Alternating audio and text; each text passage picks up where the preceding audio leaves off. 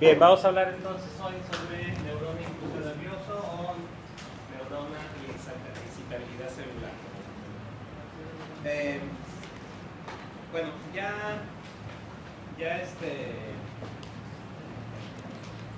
con esto abrimos lo que es el sistema nervioso. ¿Sí? A partir de esta clase vamos a empezar a ver los sistemas. Todos los sistemas que revisemos vamos a ver primero la función a nivel celular de la célula básica de cada sistema, la célula más importante de cada sistema, y luego vamos a ir creciendo hacia las funciones de los tejidos. Y me gusta empezar por sistema nervioso, no solo porque es uno de los sistemas de control que tiene el cuerpo, sino porque además la excitabilidad celular está presente no nada más en el sistema nervioso, sino que está presente en otras células. Entonces se puede empezar por esto, para que los demás después tenemos trabajos en comprender.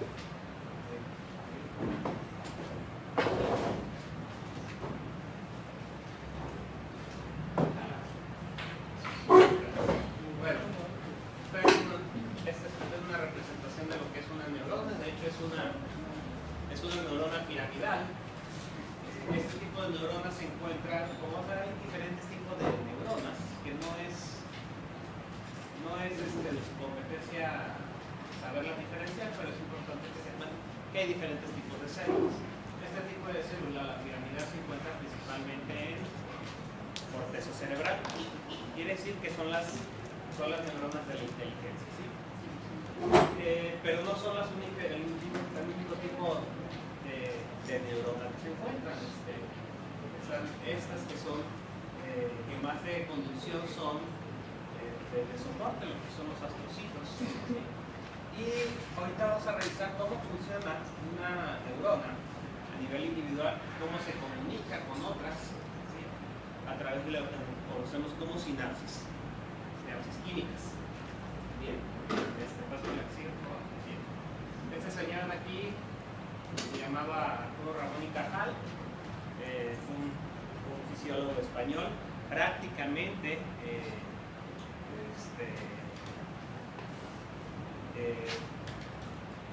desarrolló lo que hoy conocemos como electrofisiología, ¿sí?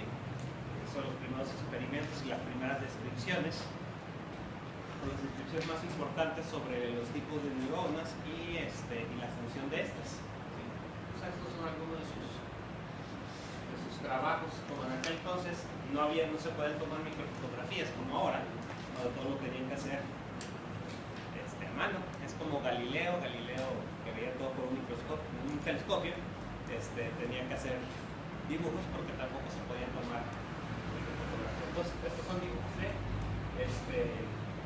Ramón y Cajal, y lo que vemos aquí son eso me parece que es gracias. Esto me parece que es un corte de cerebelo. Esta es una célula de Purkinje, ya vimos que es diferente a la que estamos viendo hace rato, ¿no? Este es un trocito, la forma que tiene. La célula de Purkinje es muy característica del cerebelo. El cerebelo es un aparato, como vamos a ver después, bueno, es un órgano que se encarga de filtrar toda la información motriz que sale del cerebro hacia las extremidades. Entonces se encarga del control fino. Lo que es curioso es que, por ejemplo, esta arborización que tiene, que se le llama dendritas, ¿sí? Es muy grande, ¿sí? Y tiene un único axón de salida, que es es decir, que recolecta información de muchas regiones del cerebro y es como un cuello de botellón embudo por donde filtra la información y así le permite manipular el movimiento físico. Por ejemplo, las personas que tienen problemas a nivel de cerebelo desarrollan un problema. Hay una enfermedad que se llama ataxia cerebrosa, ¿sí? Que es espino cerebelar, que mata estas neuronas en particular. Y lo que produce la ataxia es un padecimiento en el cual las personas ya no pueden coordinar la marcha adecuadamente, entonces caminan como robots, así dando pasos pequeñitos y bueno, Hay muchos padecimientos que tienen que, de motrices que tienen que ver con el daño a nivel de algunas regiones muy particulares. Por ejemplo, el Parkinson, todos hemos escuchado hablar del Parkinson tal vez.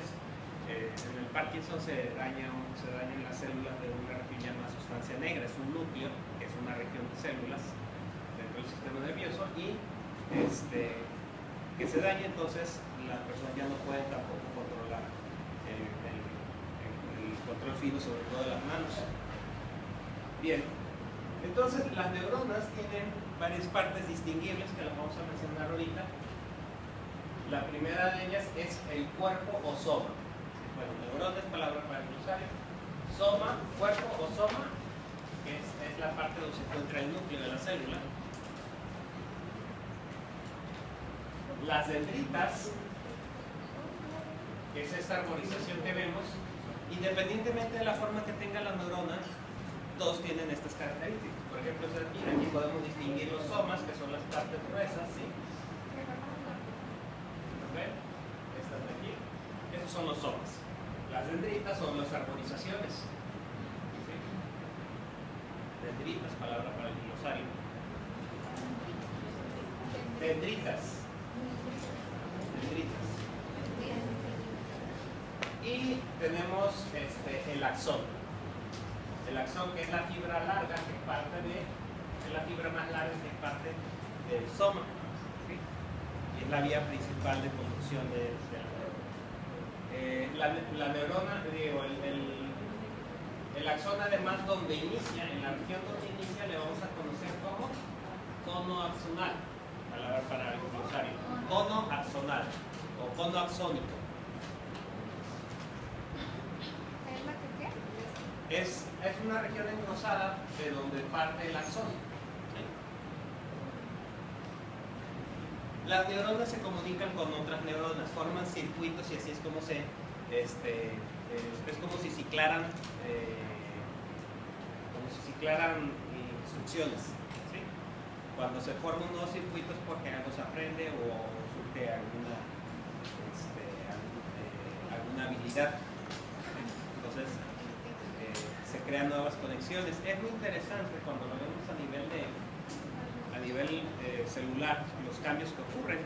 Ya vimos, por ejemplo, que el citoesqueleto se encarga de la forma de la célula, ¿cierto? Bien, cuando una célula es estimulada para crear una nueva conexión, a lo que le llamamos plasticidad neuronal, para la palabra para el glosario, esta plasticidad neuronal, ¿sí?, le permite conectarse con otras neuronas, ¿sí? Entonces, cuando hay una serie de genes que se activan,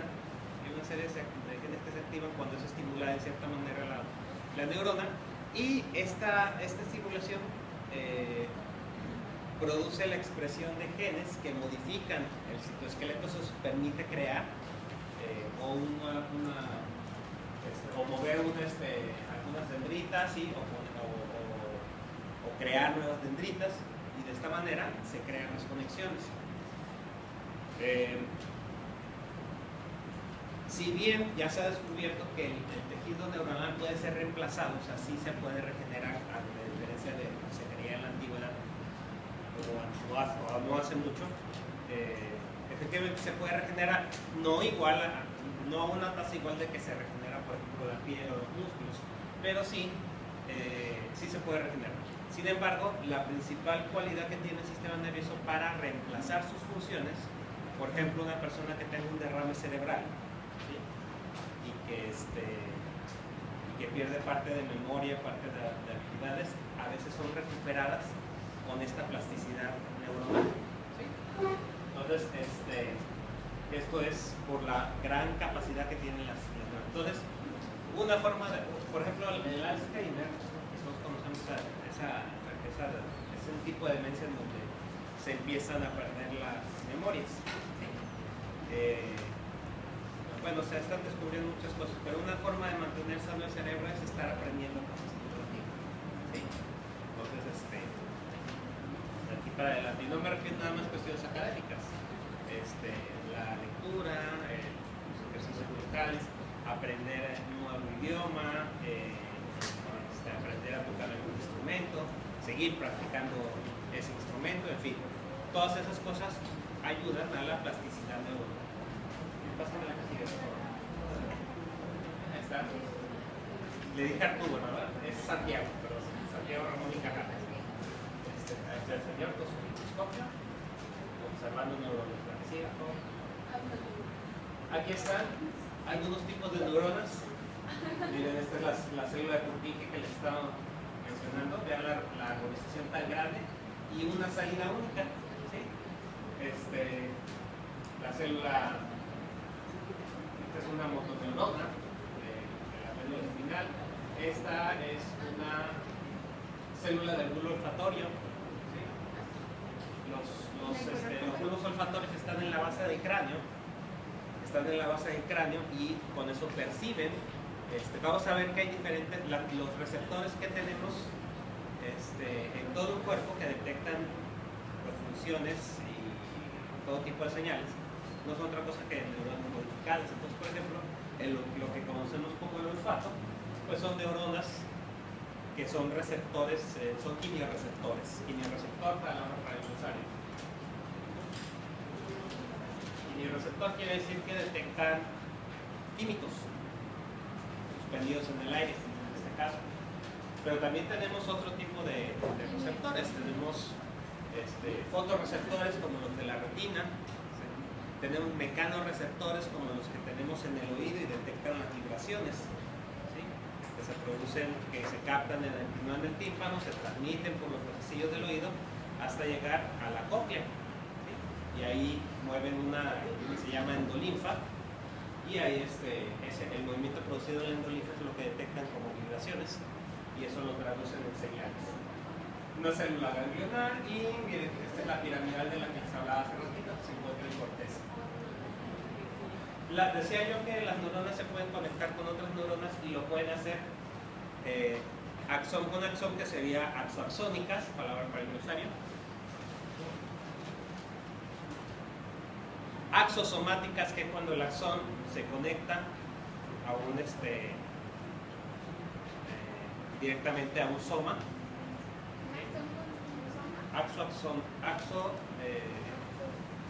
Axosomáticas.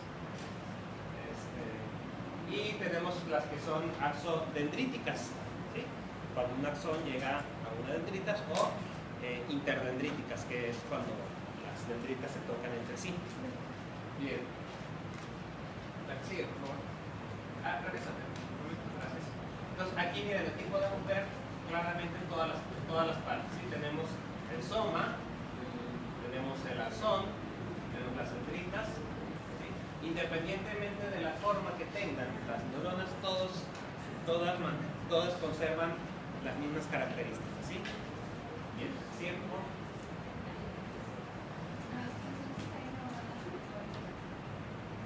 Técnicamente sí, o al menos sus axones.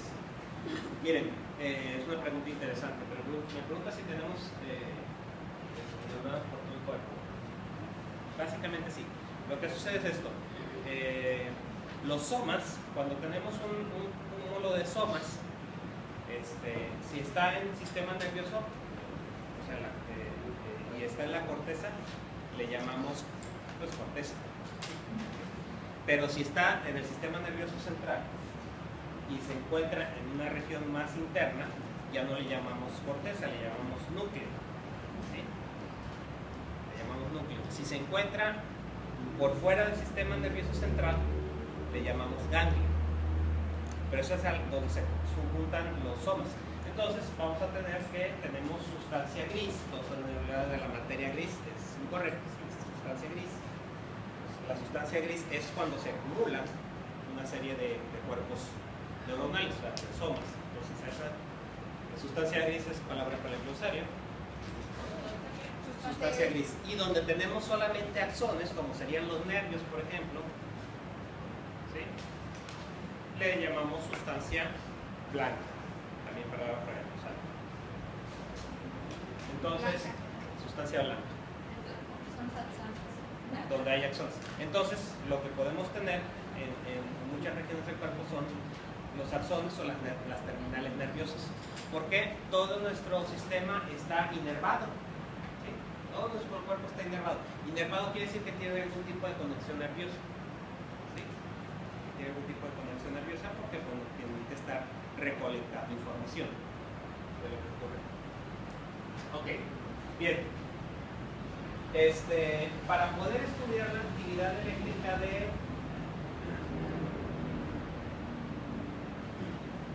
de las neuronas, los neurofisiólogos desarrollaron una técnica que conocemos como fijación de voltaje. La fijación de voltaje se hace, eso que ven aquí es un microelectrodo. El microelectrodo, ¿alguien aquí estuvo en químicas? Nadie. ¿Nadie? Bueno, en los laboratorios, mejor les ha tocado ver, usan unos tubitos que les dicen tubos capilares, con los que meten una gotita de sangre y con eso checan la proporción de células rojas y suero que tiene la persona. Bueno, imagínense un tubito de esos que se calienta en la parte interna, o sea, se somete a un aparatito que calienta la parte interna y luego hace esto. Como el vidrio se reblandece al momento de hacer este estiramiento, claro, es un estiramiento muy rápido, hace como una especie de pipeta. ¿Sí?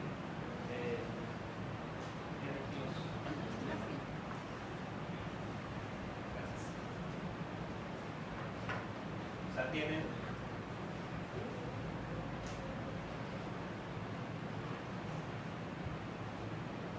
el tubito cuando se estira queda reblandecido,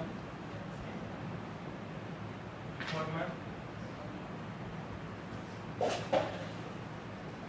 una espiga que luego se corta aquí, pero es como si fuera es más delgado que un cabello, mucho más delgado que un cabello, y por aquí se pasa un electrodo que puede ser un alambre de cobre o de plata.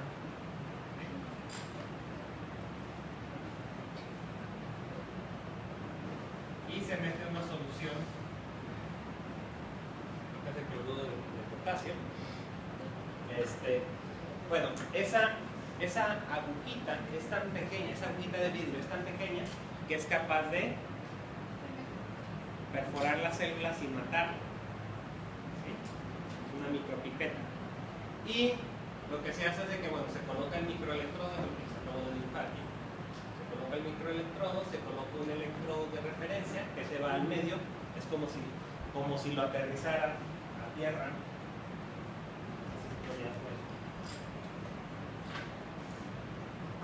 Se aterriza el electrodo dentro del medio. Y lo que se hace es que se da un pulso cuadrado, le decimos pulso cuadrado, a un pulso eléctrico que hace esto. ¿Sí? Entonces, eso se hace de manera, se hace un sistema que está midiendo, y entonces lo que hace es que el voltaje de la célula lo mantiene fijo a menos 60, menos 70, ¿sí? Con la idea de que no tenga variación y poder registrar los cambios. ¿Sí? Entonces, por ahí, como palabra por el usuario, busquen fijación de voltaje. En inglés se dice voltage clamp, pinza de voltaje, le dicen también. Entonces, esta fijación de voltaje sirve para poder nosotros registrar los cambios. Resulta que cuando al medio se le añaden diferentes sustancias, ¿sí? La célula registra cambios. Y esto ahorita vamos a ver por qué se debe. La que sigue, por favor. Bien. Ya habíamos visto anteriormente, ya habíamos visto esto, todos lo recuerdan, ¿no? Sí. La bomba de sodio-potasio, que quedamos que era es una proteína, es una bomba que utiliza ATP, acá está el sitio de hidrólisis para ATP, que lo que hace es sacar el sodio, ¿sí? Saca 3 sodios por cada 2 potasios que mete, y eso va creando una diferencia, un gradiente de concentraciones, una diferencia en las concentraciones. va dejando el sodio fuera de la célula y va generando que haya poco sodio dentro de la célula, y viceversa, va dejando más potasio dentro que fuera, ¿sí? Esto es importante, ¿por qué? Porque no son cualquier sustancia, cualquiera sustancia, son iones. Y los iones ya habíamos visto que son partículas cargadas eléctricamente, ¿sí? Tenemos iones que son positivos y iones que son negativos, ¿sí? En el caso del sodio y del potasio, son iones positivos porque les hace falta un electrón. El hecho de que tengan esta barrera física, que es la membrana celular, pero que en cualquier momento que se abra produce un movimiento de iones, ¿sí? Genera un potencial. ¿Se acuerdan que ayer hablábamos de la energía potencial? Bien. Que en el caso de la energía potencial que se genera por la gravedad, por la atracción gravitacional, y que era detenida por imanes en este caso. Imaginen lo mismo para los iones, ¿sí? La membrana funciona como barrera y es la que está deteniendo el paso, ¿sí? Entonces, a esto, ¿sí? A esta situación le vamos a conocer como pasar el círculo.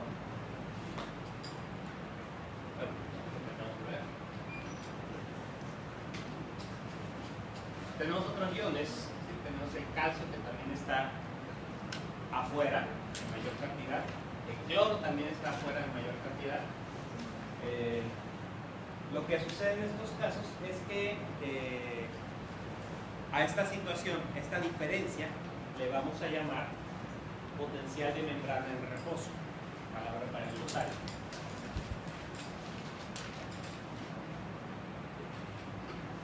Potencial de membrana en reposo. Bien.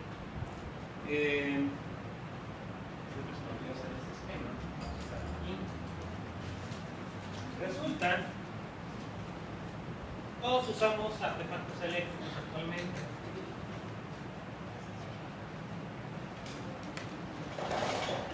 Y usamos básicamente dos tipos de corriente. La corriente alterna que nos dio Tesla, ¿sí? Que es la que usan todos los enchufes, lo que da electricidad a un hogar en general.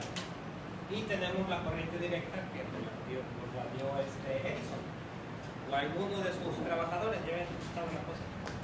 Bien, entonces, bueno, Edison no desarrolló la batería, pero de hecho empezó con esto fue Volta, y por eso hablamos de voltaje. Bien. En un circuito eléctrico típico,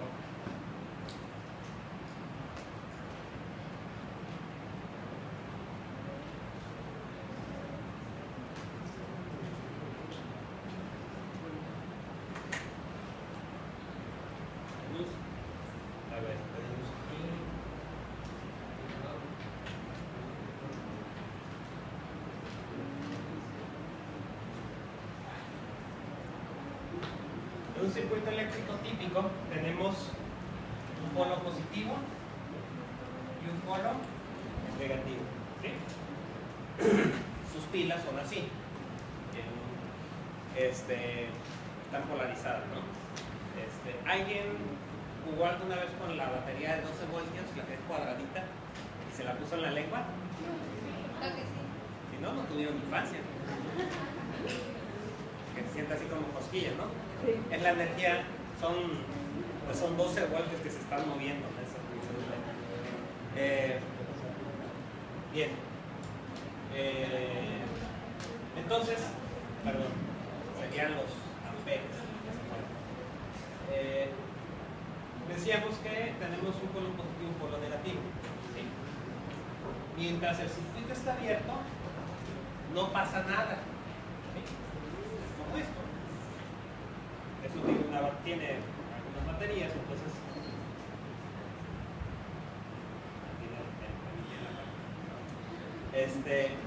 mientras yo no cierro el circuito, no pasa nada, ¿sí? Una vez que lo cierro, pues aparece la luz. Esto es por lo siguiente. la diferencia que existe de cargas, aquí tenemos diferencia de cargas, ¿sí? La diferencia de cargas se da por, precisamente por sustancias que están soltando iones, ¿sí? En este caso, bueno, ya tenemos ahorita baterías de litio, ¿no? Lo que va a pasar, ¿sí? En el momento en que yo cierre el circuito,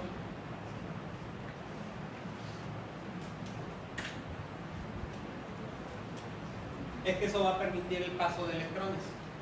Entonces los electrones se van a empezar a movilizar, moviéndose de un polo hacia otro, porque es lo que hacen, se guían por su atracción. Bien. Cuando eso ocurre, van a tratar de alcanzar el equilibrio, ¿sí? O sea, se van a mover tantas cargas como se pueda hasta alcanzar el equilibrio. Es cuando se agota la carga de la batería, ¿sí? Entonces, entre más lo usamos, más rápido se acerca a su equilibrio. Bien. Y en ese momento deja de pasar electrones, ¿sí? Hay una situación aquí, esto que ven aquí es el símbolo de la resistencia, porque los electrones se mueven sobre la superficie del cable y eso produce calentamiento, ¿sí? Por la fricción. A ese calentamiento, a esa pérdida de energía le llamamos resistencia, y es la que se opone al flujo de electrones. Entonces hay materiales que son buenos para conducir y hay materiales que son malos para conducir, ¿sí? Entonces vamos a tener que a esta diferencia potencial a la diferencia de cargas que tenemos aquí, le vamos a llamar potencial eléctrico. ¿Por qué? Porque tiene la capacidad, tiene la capacidad de mover esos electrones, pero que necesita un circuito cerrado para eso. O sea, el potencial eléctrico, palabra para el usuario, el potencial eléctrico es semejante a nuestro potencial de membrana en reposo, ¿sí? Los electrones que se encuentran en la diferencia en los polos corresponde a la diferencia de iones de uno y otro lado de la membrana, ¿sí? Y entonces el potencial eléctrico se mide en voltios.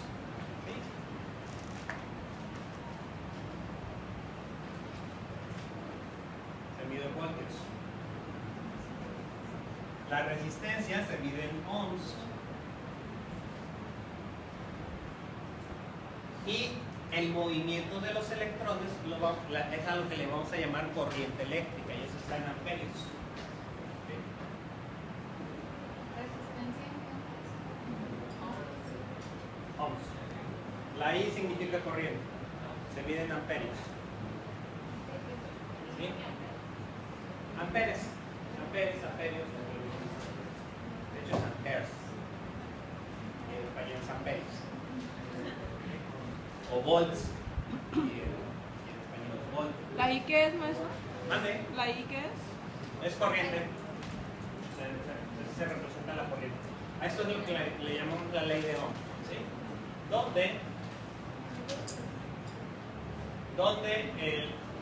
Donde la corriente es directamente proporcional al voltaje e inversamente proporcional a la resistencia.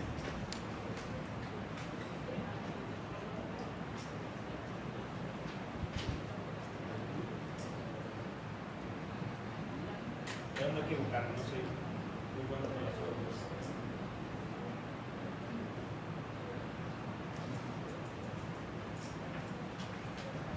Quiere decir que a mayor voltaje, mayor corriente, ¿sí? Pero a mayor resistencia también menos corriente.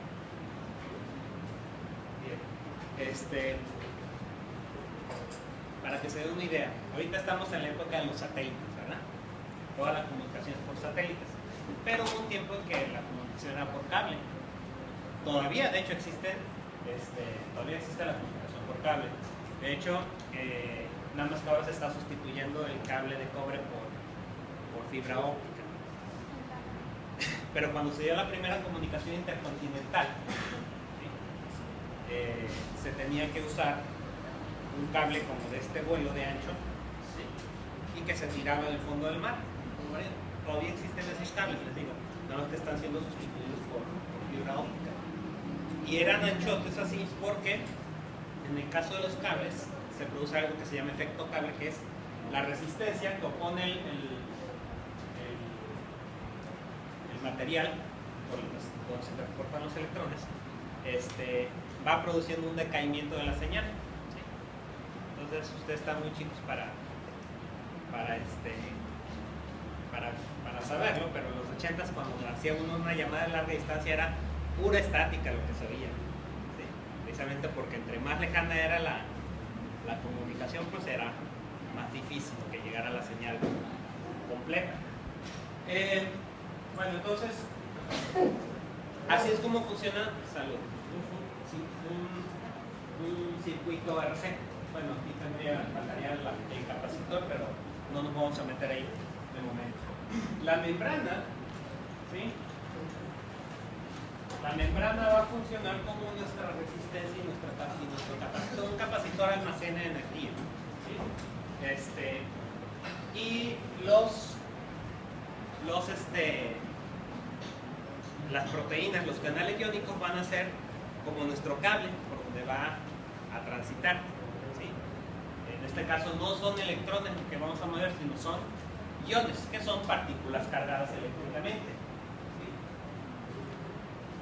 ¿sí? Y así es como se produce la bioelectricidad.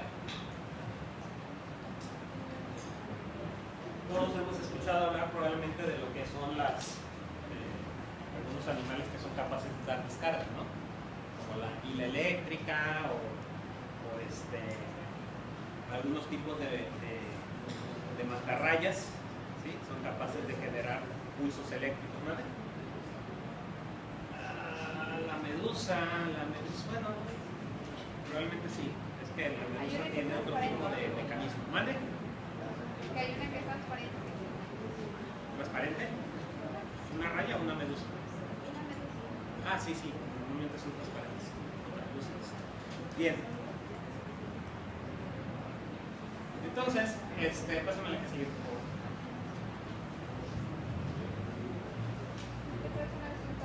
Bien. Bueno, aquí está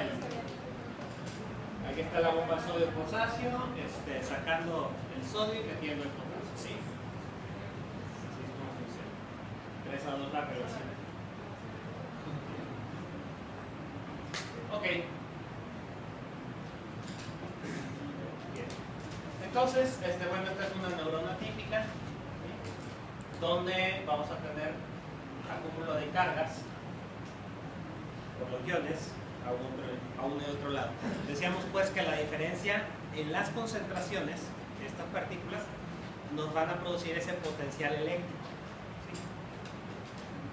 ¿sí? Y la comunicación se va a dar a través de canales iónicos.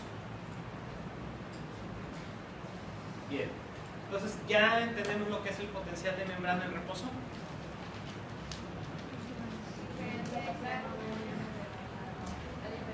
Es la diferencia.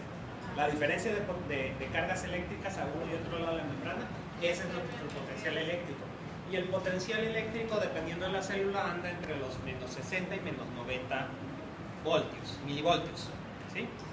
Ese es nuestro potencial de membrana en reposo. El potencial de acción lo vamos a concebir, potencial de acción, palabra para el usuario. El potencial de acción lo vamos a concebir como una despolarización rápida, una despolarización y repolarización rápida de nuestra célula, ¿sí? Sí. En el medio extracelular siempre va a predominar los iones de sodio y en el medio intracelular los de potasio. Así es. Vamos a tener mayor concentración de sodio fuera de la célula que dentro. Y de potasio siempre va a haber más dentro que fuera, ¿sí? Y las bombas de sodio y potasio, cuando hay un cambio en ese sentido, las bombas de sodio y potasio empiezan a restaurar el sistema. Por eso es que es tan abundante en la membrana ese tipo de bomba. Bien. Bueno, aquí está. Esto se hace colocando la medición del potencial de acción, se hace colocando un par de electrodos. Y se toma el tiempo en milisegundos. Esto es un registro típico de potencial de acción. Ahorita lo vamos a entender. ¿Sí? O sea, de estar en potencial de membrana en reposo, se despolariza, que es esta espiga hacia arriba, luego se repolariza rápidamente y de hecho pasa a un estado de hiperpolarización, palabra para el glosario.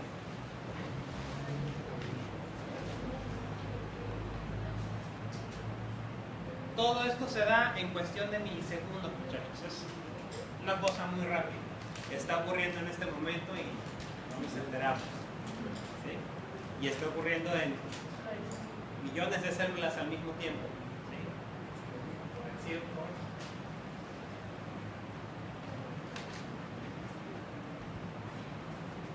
Bien. Les decía yo que no solamente las neuronas son capaces de despolarizar de esta forma.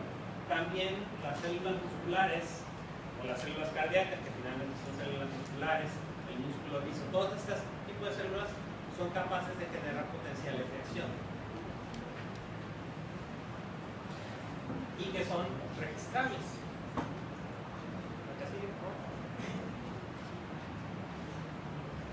Bien, entonces, para que pueda haber un potencial de acción tiene que haber un cambio en la permeabilidad.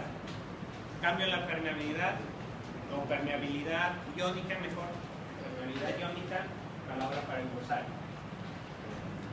Es una palabra elegante que es una palabra elegante para decir que se permite el paso de iones específicos. Entonces, cuando cambia la permeabilidad de sodio, ¿qué quiere decir? Que se van a abrir canales para sodio. Si cambia la permeabilidad para potasio, quiere decir que se abren canales iónicos para potasio. Si cambia la permeabilidad al calcio, igual, y así. Nos podemos ir por cada tipo de ion, porque cada tipo de ion tiene su canal específico. ¿Sí? Eso es lo que hacen ahí en el CUIP, Centro de Investigaciones Biomédicas. Y se dedican a estudio de canales iónicos, la mayoría de los profesores. Son interesantes. Entonces, el cambio de la permeabilidad va a propiciar que se les ocurre. Si estamos hablando que es un tipo de transporte que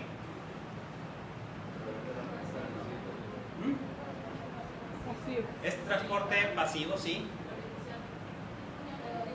No, porque no reciben oxígeno. ¿Es difusión de qué tipo? Facilitada, es difusión facilitada, es un transporte simple. Os digo, difusión simple, facilitada. No, difusión simple, es difusión facilitada por transporte pasivo. ¿Sí? Y entonces, si se abre el canal y no va en contra del canal de concentración, ¿hacia dónde se van a mover los iones? Se van a mover de donde haya más cantidad a menor cantidad. ¿Sí? Eso nos va a producir, si son partículas cargadas, nos va a producir una corriente. ¿Sí? En dos sentidos, corriente como cuando fluye un río y corriente de tipo eléctrico también. ¿Sí? Entonces vamos a tener, si se abren los canales de sodio, ¿qué tipo de corriente sería? ¿Entrante o saliente? De sodio. Solamente se abre. De sodio. No, se mueve otra vez. La bomba de sodio y potasio se mueve en contra del gradiente, ¿sí? Y utiliza ATP. Los canales iónicos son transporte pasivo, se mueven en favor del gradiente. Entonces, si yo abro un canal de sodio, se va a mover el sodio hacia adentro o hacia afuera. Hacia adentro. Es una corriente entrante de sodio. Si se abre un canal de potasio, va a ser una corriente entrante o saliente. Saliente. Va a ser una corriente saliente de potasio, ¿sí? Porque se mueve en el sentido del gradiente.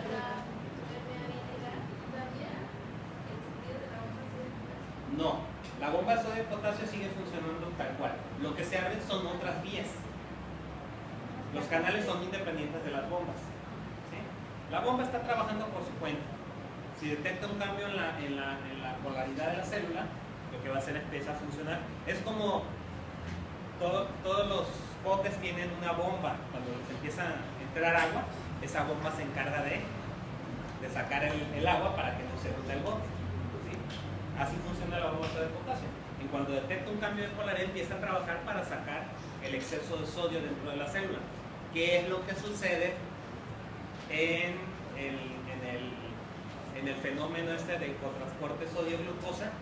Que lo que hace el cotransportador sodio-glucosa, mete mucho sodio dentro de la célula y luego la célula lo saca al espacio intercelular, y es lo que permite la entrada masiva de agua.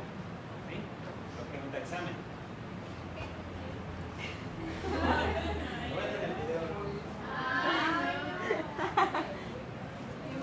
Repito, el cotransportador sodio-glucosa, ¿sí?, permite el ingreso de grandes cantidades de sodio dentro de la célula. Eso lo detectan las bombas de sodio y potasio y lo que hacen es sacarlo, pero lo sacan al espacio intercelular. El acúmulo de sodio en el espacio intercelular, ¿sí?, que ya es espacio intersticial, que está dentro del sistema, permite un cambio en la osmolaridad que permite el ingreso de grandes cantidades de agua desde la luz intestinal hacia el espacio intersticial sin pasar por la célula, ¿sí?, ya directo. Y eso es lo que permite la rehidratación oral. Bien, entonces se entiende esto de las corrientes entrantes y salientes, ¿de acuerdo? ¿Sí? Bien. El cambio en la concentración de los iones positivos o negativos dentro de la célula modifican su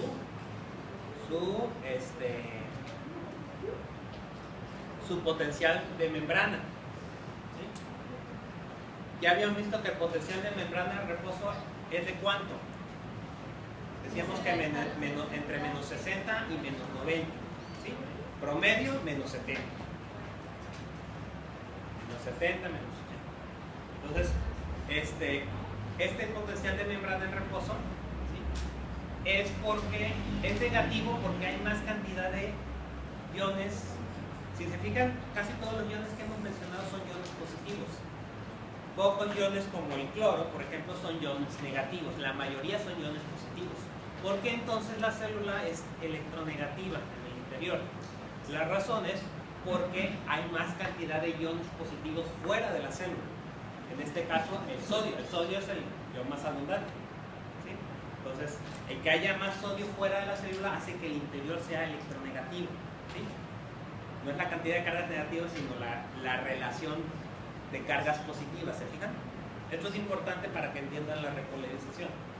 Bien. Entonces, ¿qué pasa si yo le permito entrar grandes cantidades de sodio dentro de la célula? ¿Qué va a pasar con el potencial de membrana? Se va a hacer positivo, ¿sí? Se va a despolarizar, va a cambiar su polaridad, ¿sí? Eso es el inicio del potencial de acción. Pásame la casilla. Bien, este es un registro típico de potencial de acción. Aquí están sus características. Aquí tenemos el potencial en reposo, que decíamos que es de, en este caso es de menos 70, ¿sí? Fíjense el tiempo que transcurre. Todo el evento dura 3 milisegundos. ¿Cuántos 3 milisegundos? Nada. ¿Sí?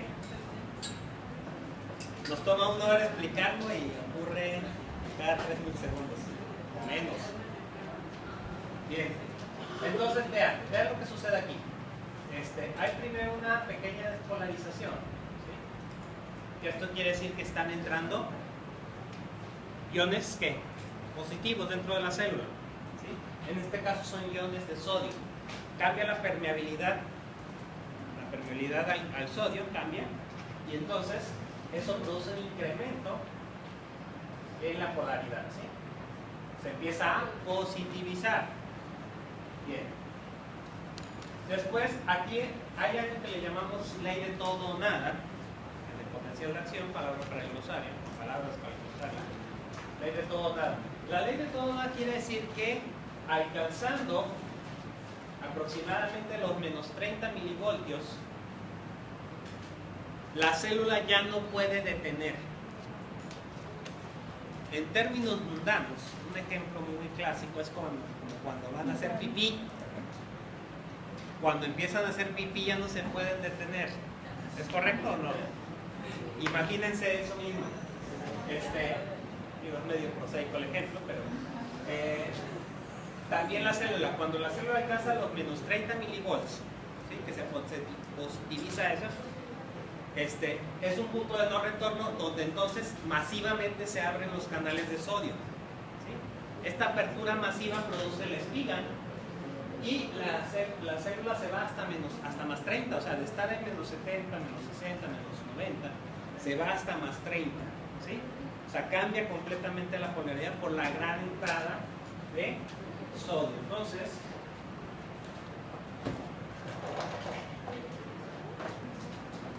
en esta parte de aquí,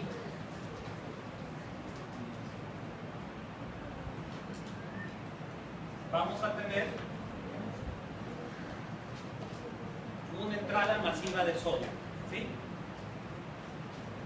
Una entrada masiva de sodio. Entonces los canales de sodio se abren, de estar inactivos se vuelven o cerrados en tres estados.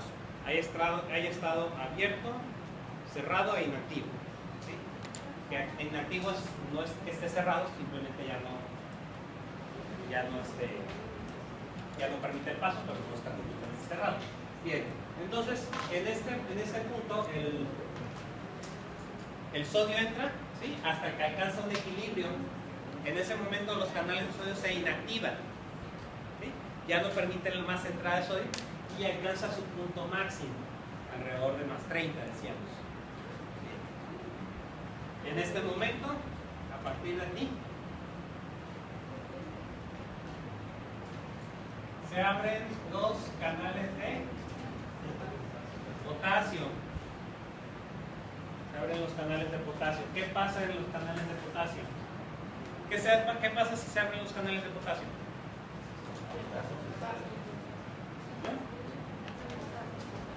¿Hacia dónde pasa el potasio?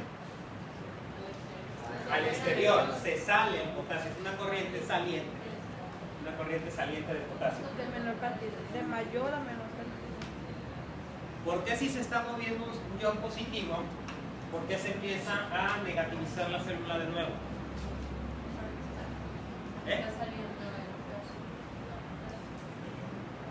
Porque está perdiendo iones positivos en el interior, ¿sí? O sea, todos esos sodios que entraron, ¿sí? Positivizaron.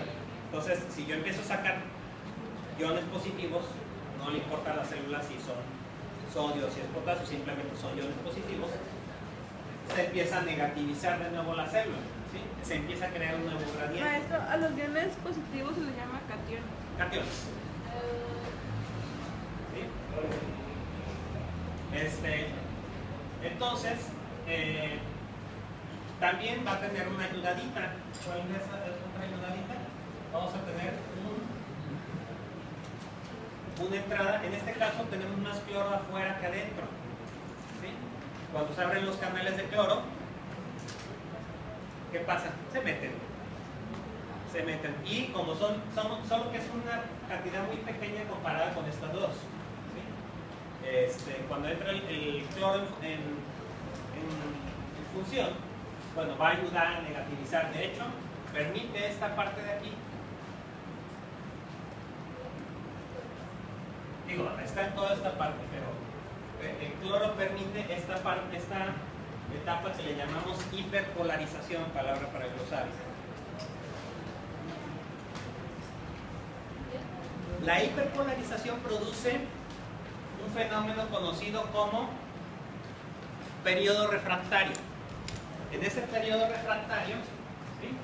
Es un periodo, la célula de estar hiperpolarizada es más difícil ser estimulada para volverse a despolarizar, por un lado. Y por otro lado tenemos una situación en la que los canales se encuentran inactivos o cerrados. Entonces la célula no puede ser despolarizada durante ese periodo. Los periodos refractarios pueden variar de célula a célula y de estímulo a estímulo, pero durante este periodo la célula no puede ser estimulada nuevamente, ¿sí? Hay diferentes tipos de potencial de acción y depende del movimiento de los iones. Un ejemplo muy clásico que me gusta ilustrarlo porque ejemplifica muy bien el asunto es el potencial de acción de la célula cardíaca. ¿Sí?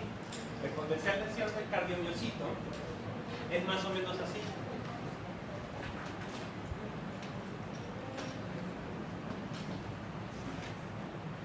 Muy diferente, ¿no?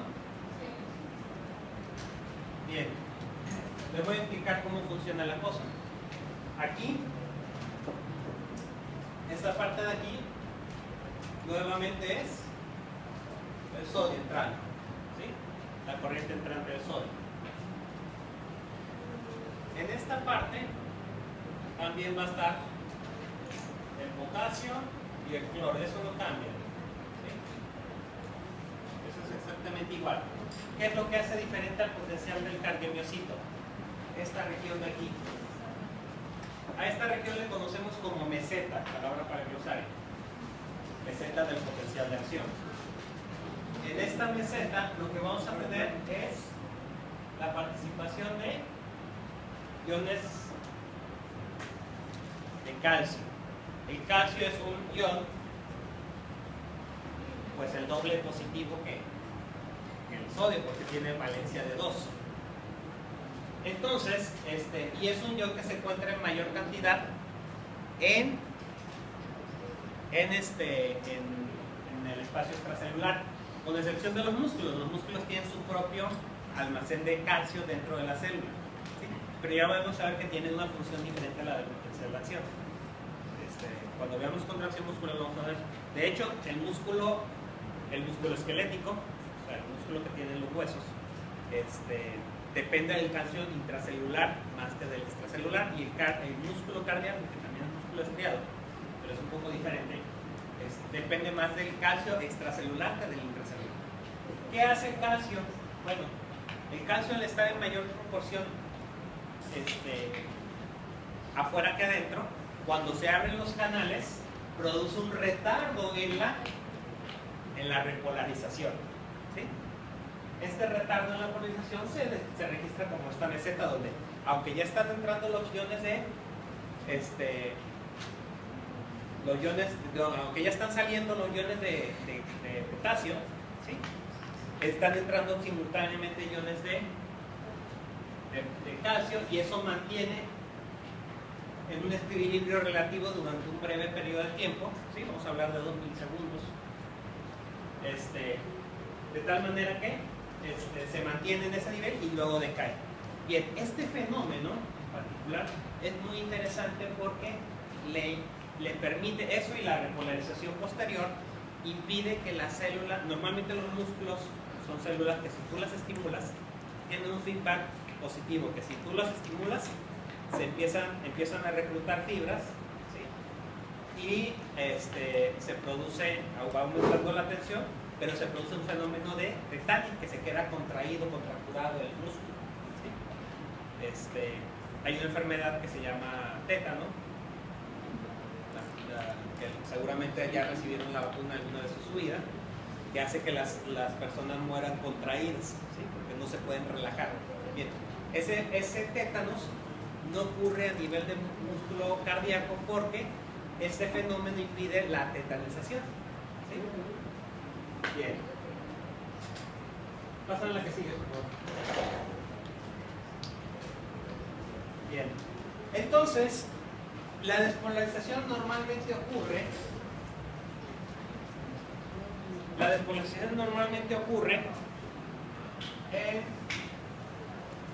en esta región. Aquí es donde inicia el potencial de acción. El potencial de acción inicia en el cono axonal, ¿sí? Y de ahí se propaga por toda la célula. De hecho, corre en ambas direcciones, pero la que nos interesa es la que corre sobre el axón. Resulta que, a diferencia de los cables que les platicaba, que tienen que ser muy anchos para evitar el efecto cable, para reducir la resistencia,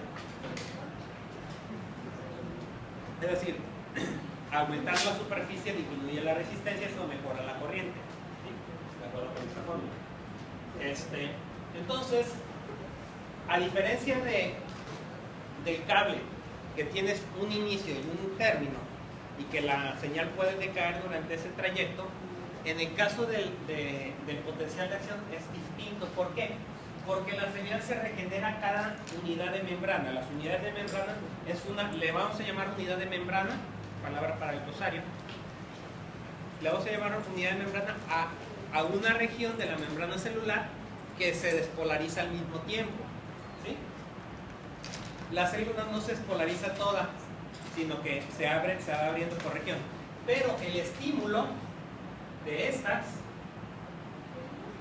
el estímulo de la membrana cercana, es decir, se despolariza esta región de aquí y la siguiente unidad de membrana es la que está en continuidad, ¿sí? Bien, si esta unidad de membrana esta unidad de membrana se va a estimular por la despolarización de esta. Entonces, es como esas series de foquitos que se van encendiendo en secuencia. ¿Sí? Así, hasta que no empieza a decaer la señal de acá, se activa esto. Y así se van activando en secuencia. ¿Sí?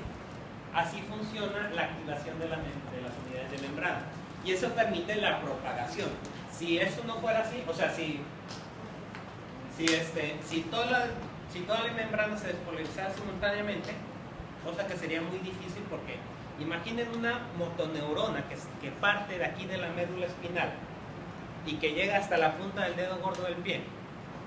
Es mucha distancia, no podría despolarizarse la célula toda al mismo tiempo por lo largo de la célula. Entonces, por eso se hace en forma de unidades de membrana. Entonces, se van activando unidades de membrana una detrás de otra, ¿sí? Y a eso le llamamos propagación del impulso eléctrico, palabra para el glosario.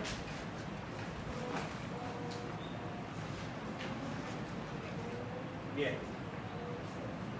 Para esto vamos a tener básicamente dos tipos de fibras. Fibras mielínicas y fibras amielínicas.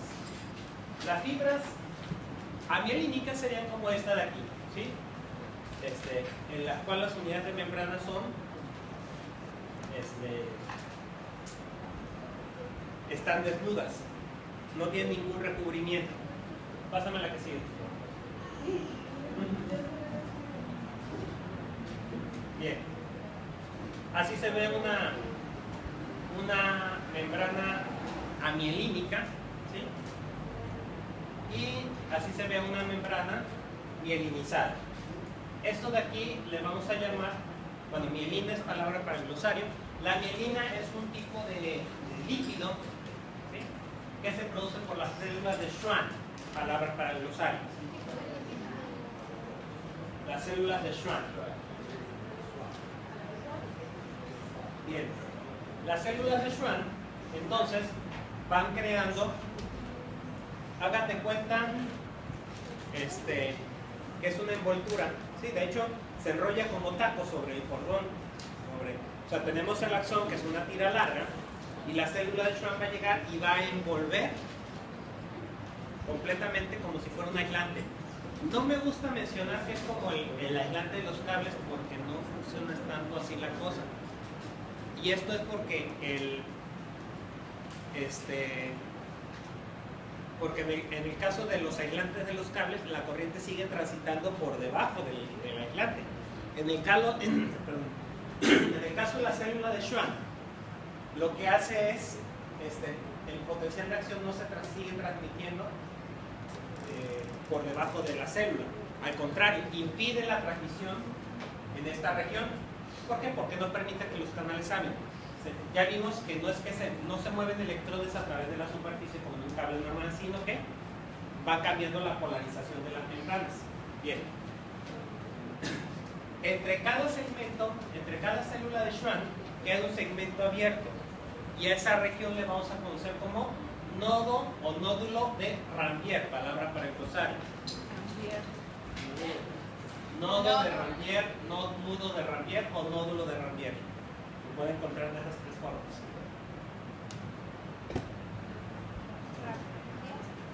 Bien. Rambier.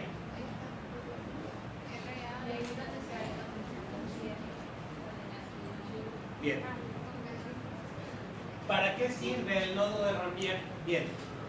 El nodo de Rambier es una región que se encuentra entre las células de Schwann, ¿sí? Y son unidades de membrana disponible. ¿Qué va a pasar? Bien, en una célula amielínica, lo que tenemos es que las unidades que se van activando están en continuidad. No se pueden activar hasta acá si no se activan las primeras, ¿sí?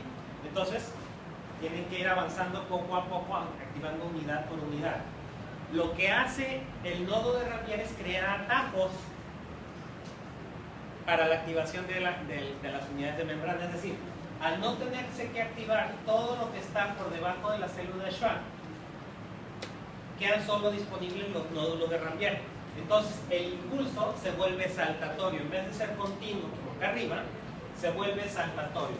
Es decir, que en vez de esperar a que se active toda esta región primero, para que este se pueda activar, el impulso va a saltar de aquí a acá, ¿sí? Eso lo va a hacer más rápido.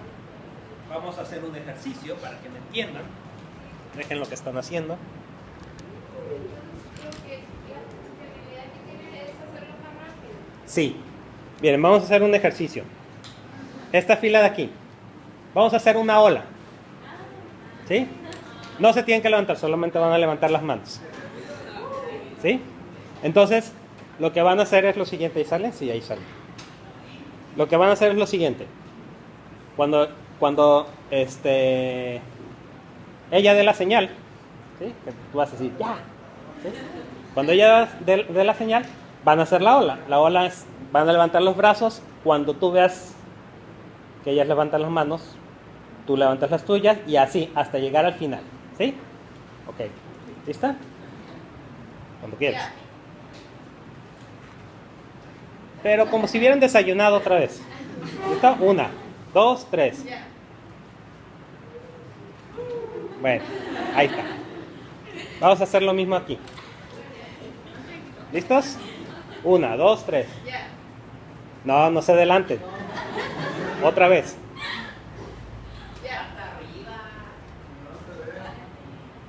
Bien, ok. Así funcionaría una neurona amielínica, ¿sí? Bien. Ahora, fíjense lo que vamos a hacer. Aquí vamos a ir saltando. Ustedes no van a hacer nada, ¿sí? Ustedes van a ver a ellas. Los que siguen no van a hacer nada. La que está platicando tiene que ver. ¿Sí estás poniendo atención? Ok. Vas a ver lo que hacen ellos. Y entonces vas a levantar las manos. Y a ti te vamos a dar chance si lo vas a hacer después. ¿Sale? Ok. Entonces, vamos a hacerlo. ¿Sí? 1, 2, 3. No, pero... ¿Ya ven por qué no ponen atención? Otra vez. 1, 2, 3. No, a ver, vamos a ver si este equipo lo entendió bien. A ver, ¿sale? Entonces, ustedes sí, tú no. Ustedes sí, ustedes no. Los que siguen sí. Bueno, los del último también. ¿De acuerdo? ¿Listos? 1, 2, 3. Anda es el grupo más desganado que me ha tocado. Fíjense bien. Vamos a ver. Primero, los dos equipos lo van a hacer continuo, como lo hicieron al principio. ¿Sale? Al mismo tiempo. Vamos a ver quién llega al final primero. Es competencia. A ver si así. ¿Listos? Todos. Pero va a ser ahora sí todo continuo. ¿Sí? ¿Listos? 1, 2, 3. Llegaron más o menos igual. ¿Sí? Ahora, los de aquí lo van a hacer saltatorio. ¿De acuerdo? Y ustedes lo van a hacer continuo igual. A la de 3. 1, 2, 3. A ver, allá los del último se durmieron otra vez. Está quedando el video para que lo vean. Listo. 1, 2, 3. Bueno, tenemos una fibra mielínica un poco lenta. Pero la idea es esa. Digo, es que llegaron casi al mismo tiempo. En años pasados hemos hecho el mismo ejercicio y sí se ve mucho la diferencia. El próximo año les voy a traer un chocomilote para que... Sí. ¿Por qué se representan las células de... ¿Por qué se presentan? En unas sí existen en otras. Es una pregunta interesante. Bueno, fue una cuestión evolutiva que apareció. Apareció precisamente para... Fíjense bien, eso es una pregunta interesante. ¿Por qué existen las células Schwann? ¿Cómo aparecieron? Fue una solución evolutiva para, precisamente para axones muy largos. ¿Sí? Por ejemplo, a nivel del sistema nervioso tenemos regiones de fibras que no son mielínicas. ¿Por qué? Porque son segmentos muy pequeñitos. La fibra mielínica es alrededor de 10 veces más rápida que la fibra amielínica. Hay organismos que no tienen células mielinizadas. Por ejemplo, ¿han visto cómo huye un camarón o un pulpo? ¿Nunca han visto cómo huye un pulpo? Cuando que avienta sus tentáculos. Miren, por ejemplo,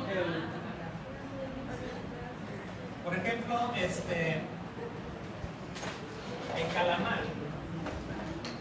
El calamar es interesante porque tiene dos tipos de movimiento, igual que el camarón. El calamar cuando nada normalmente se ve así.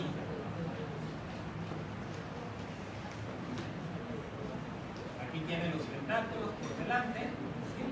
Y estas son las aletas. Aquí está el ojo. ¿Sí? Un calamar cuando nada mueve sus aletas, y se mueve en esta dirección cuando nada de manera normal. ¿Sí? ¿Por qué? Porque es por donde come. Cuando el calamar se ve amenazado, primero abre los tentáculos de forma amenazante. ¿Sí? Perdón por el dibujo.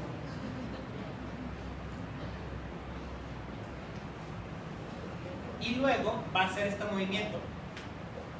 Va a cerrar simultáneamente todos los tentáculos.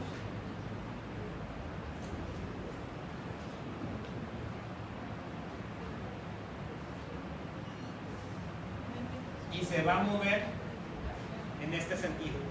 ¿Sí? Es un movimiento rápido, es un movimiento de huida. Bien. En el caso de los camarones, cuando el camarón también se mueve,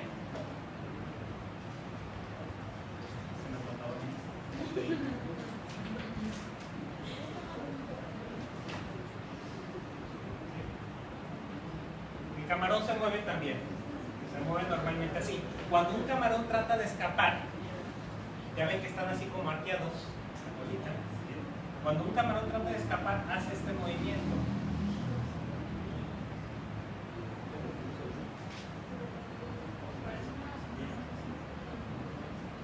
Tomamos nada más la parte de acá, la cabeza no. Bien. Entonces, hace este movimiento y el camarón huye hacia atrás también. ¿Sí? Es un movimiento rápido. Bien, esos movimientos que son bastante rápidos, de hecho, los primeros estudios de potencial de acción se hicieron sobre axón gigante de calamar, que no es lo mismo que axón de calamar gigante. ¿Sí? El axón gigante de calamar se le llama así porque es visible a través del microscopio, ¿sí? Una célula gordota. Lo que sucede es que si normalmente una neurona se ve de este diámetro, el axón de calamar está de este diámetro. ¿Sí? ¿Qué hace? Aumenta la superficie de membrana. Al aumentar la superficie de membrana, disminuye la resistencia. ¿Sí? Y eso hace que el potencial de acción sea más rápido. Esa es otra solución evolutiva, pero que también funciona en segmentos cortos. O sea, un axón de este calibre es más rápido que uno de este calibre cuando no está mielinizado. ¿Sí? Y alcanza más o menos las velocidades que alcanza un axón mielinizado, pero como nosotros no podemos tener axones tan gruesos, imagínense cómo nos veríamos. La solución fue el desarrollo de la mielina. Entonces, ¿se entiende cómo funciona el impulso saltatorio? Bien. Pásame la que sigue. ¿Sigue corriendo? Bien. Ok. Entonces, bueno, aquí está la comparación de de una célula sin mielina y una con mielina. Entonces, el impulso, en vez de correr de manera continua, corre de manera saltatoria y eso lo hace más rápido. ¿Sí? Pásame la que sigue, por favor. Ok. Aquí está otro registro. Este es el pulso cuadrado que les decía. El pulso cuadrado, en este caso, se usa para estimular la célula y que desencadena un potencial de acción porque cambia la polaridad de la membrana de manera artificial. Aquí. Estos son potenciales en diferentes células. Fíjense cómo, aunque guardan las similitudes, son distintas. Entonces, todas tienen forma de espiga, desde luego, pero hay espigas más rápidas que otras. Hay algunas que tienen un retraso en la repolarización. ¿Sí? Esto todo lo podemos interpretar en base, o sea, no hay nada más que esto. Todo lo podemos interpretar en base a la modificación en las cantidades de iones. ¿Sí? En el movimiento de los iones podemos determinar el comportamiento de las espigas. Ahora, los potenciales de acción no son eventos únicos, están ocurriendo todo el tiempo. ¿Sí? Porque es parte fundamental de la función de la neurona. De tal manera que se pueden crear patrones. Nuestro cerebro, nuestro sistema nervioso se comunica con otras neuronas en base a patrones de disparo. ¿Sí? Entonces, fíjense cómo puede ser un patrón rápido y continuo, o más lento o irregular. Entonces, por ejemplo, imaginen lo que es que la luz llega a los fotorreceptores de la retina y entonces va a haber un patrón de descarga para el color verde, un patrón de descarga para el color rojo, un patrón de descarga para el color azul, ¿sí? Y eso después es reinterpretado por la corteza cerebral cuando llega la señal hasta allá o cuando estamos oliendo algo. Nosotros ya lo interpretamos como que es café o como que es madera, pero son patrones de descarga. Finalmente es la traducción de la señal. ¿Sí? Es como se comunica la célula, la que sigue. Y eso es nada más para empezar el evento a nivel de una sola célula. O sea, es como se genera el estímulo y la señal en el interior de una célula, pero eso tiene que pasar a la siguiente célula para que sea efectivo. De nada nos sirve que se genere un potencial de acción en una sola célula. Necesita comunicarse con otras. Y eso lo hace a través de sinapsis. ¿Sí? Sinapsis, palabra para glosar. Para esto vamos a tener neurotransmisores que son sintetizados en el soma. ¿Sí? Pueden ser de proteicos o de otro tipo, que son sintetizados en el soma, son embolsados en el aparato de Golgi, son transportados, ya vimos por quiénes, a través del citoesqueleto, la campesina, ¿sí? Son transportados hasta el botón sináptico. ¿Cómo es deficiente esto? Que cosas que son sintetizadas aquí, ya hablábamos de la neurona que tiene que tiene su cuerpo acá en la médula espinal y tiene el final allá, el efector en la punta del dedo gordo, pues tiene que transitar, la kinesina que tiene que transitar todo ese trayecto para tener reserva de neurotransmisores en el botón sináptico. ¿Sí? Bien. Pásame la siguiente. Para esto, bueno, los síntesis de neurotransmisores se dan, decíamos, hay neurotransmisores clásicos que se puede sintetizar también, como la acetilcolina se sintetiza a nivel del botón sináptico. Hay otros que tienen que ser transportados desde el soma. Y como los neuropéptidos, ¿sí? A este movimiento le llamamos el delivery, o sea, la entrega, en otras palabras. Bien, ¿para qué sigue? Sí. Bien.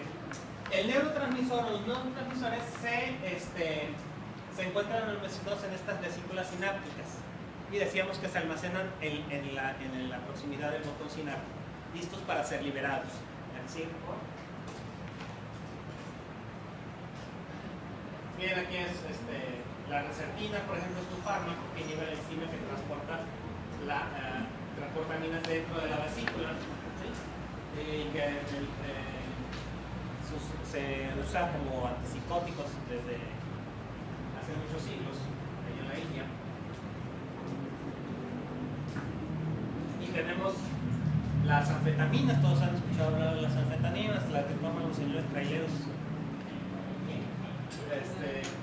Estas, bueno, producen liberación de calcio independiente del neurotransmisor. Ahorita vamos a ver por qué es importante la liberación de calcio. Tiene que ver con la liberación del neurotransmisor.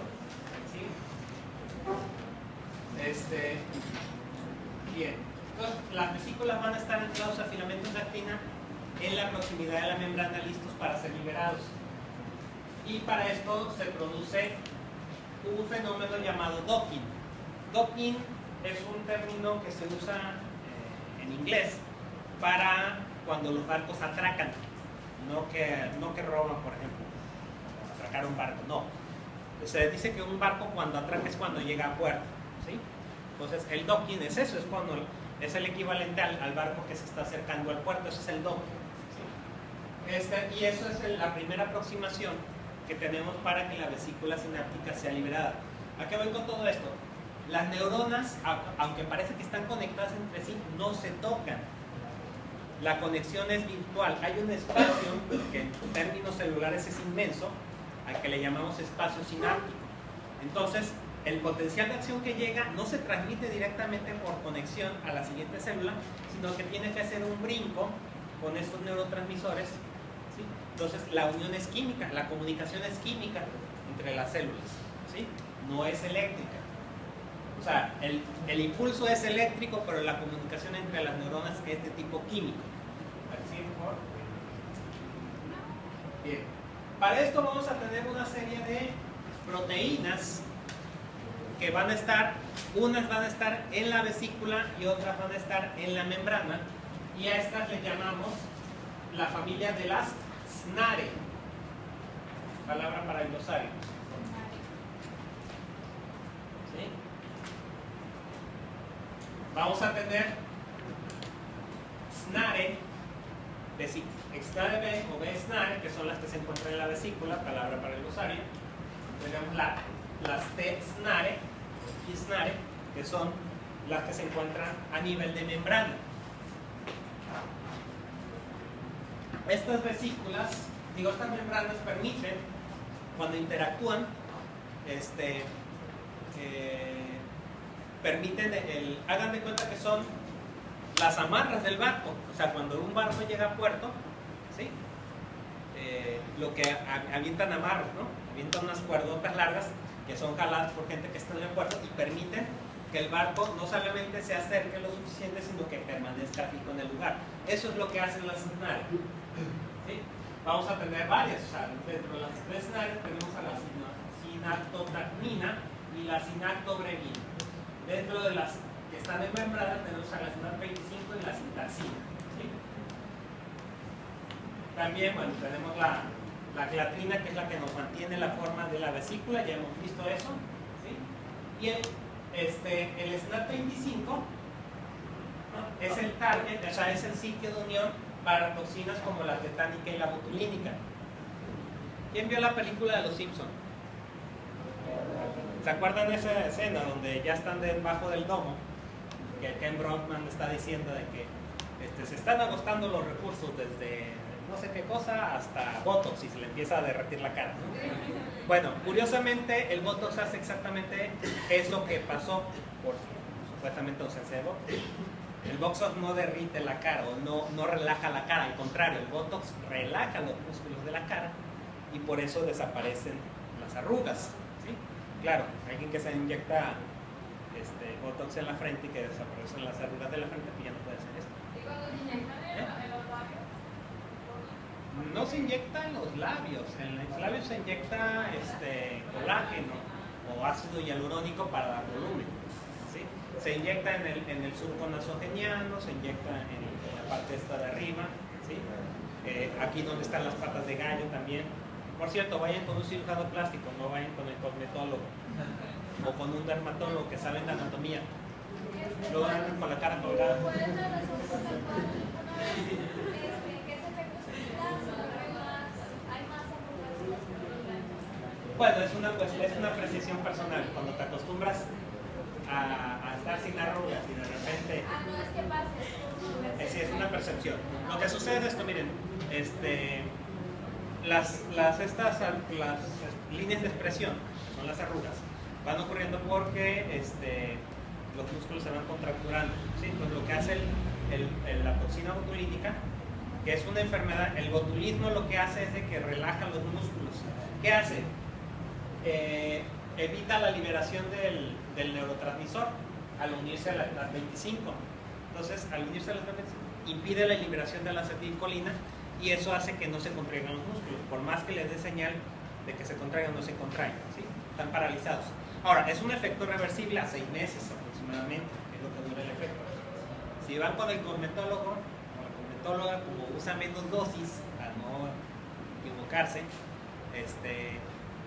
pues sí va a ser más barato, pero les va a durar 2 meses, 3 meses, no mucho.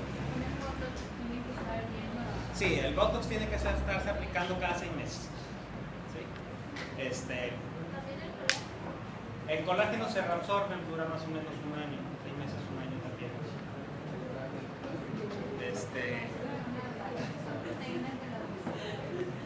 Estas, bueno, sí, son proteínas que están afuera de la... Pásame la que sigue, por favor. Bien. Esas están aquí, las proteínas están aquí. Ahorita vamos a ver otra imagen. Entonces les decía, entonces el Botox hace eso.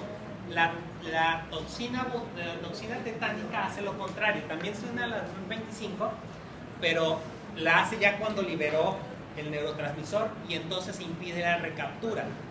¿Sí? Entonces el neurotransmisor permanece más tiempo en el espacio sináptico y hace que los músculos permanezcan contraídos. Alguien que muere por tétanos, ¿sí? Muere todo contracturado, hay algo que se conoce como trismus, que es que no pueden abrir porque se contraen los músculos de aquí de la mandíbula, no pueden abrir la boca, ¿sí? Se arquean completamente, se contraen los músculos de la espalda y pierden la capacidad de respirar por la contracción de los músculos, entonces literalmente mueren asfixiados. Es una enfermedad muy fea.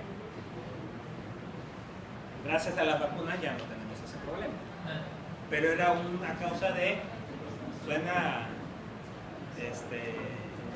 triste, pero era una de las causas de muerte materno-fetal más importantes que teníamos hace medio siglo. Entonces los que están en contra de las vacunas es porque nunca han visto morir a alguien de tétanos o de influenza o de las vacunas. Luego hablamos otro día de eso. Bien. Entonces, miren, el docking del que hablábamos, ya vamos a acabar. El docking del que hablábamos es el acercamiento a la vesícula, ¿sí? Luego sigue el priming, que es cuando el acercamiento es en la proximidad de se tocan membrana con membrana, pero no hay liberación aún. Luego viene el trigening, ¿sí? Son palabras para el glosario, ¿eh? ¿Qué? ¿Verdad? Targeting, docking, priming, trigening. El trigening es cuando el calcio, se produce una entrada masiva de calcio, ¿sí? Ahorita vamos a ver en qué momento. Se produce una entrada masiva de calcio y es la señal que tiene la vesícula para liberar el neurotransmisor, ¿sí? Y luego viene el recycling, que es la recaptura del neurotransmisor, que vuelve a almacenar. O sea, parte de los neurotransmisores son sintetizados en el mismo sitio y parte son recapturados. ¿Sí? Digo, eso es para optimizar recursos. ¿La que sigue, por favor? Ahorita vamos a repetir. Bien. Ahí está, miren. Es que se nos acaba el tiempo. Estas son las SNAR, estas son las familias de las SNAR. Les decía que son como las amarras del barco, ¿sí? Entonces tenemos